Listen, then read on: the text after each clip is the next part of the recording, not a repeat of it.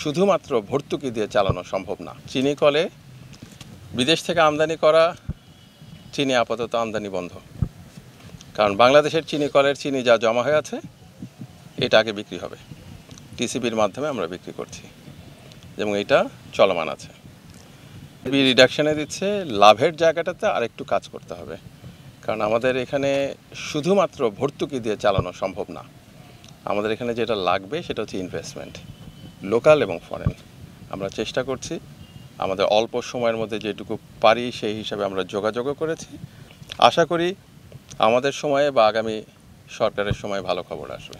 টানা তৃতীয়বার অর্জন করেছে দেশের সেরা সুপার ব্র্যান্ড স্বীকৃতি বসুন্ধরা টিস্যু।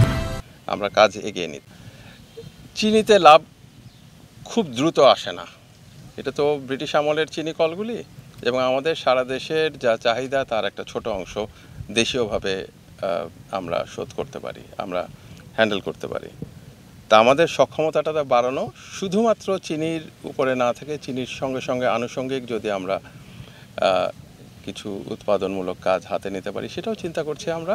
তবে দেশি যারা উদ্যোক্তা তাদের প্রতি আমাদের আগ্রহ বেশি, তারা যেন আমাদের এই ক্ষেত্রে সহযোগী হয়ে আসেন সেজন্য আলোচনা চালাচ্ছি।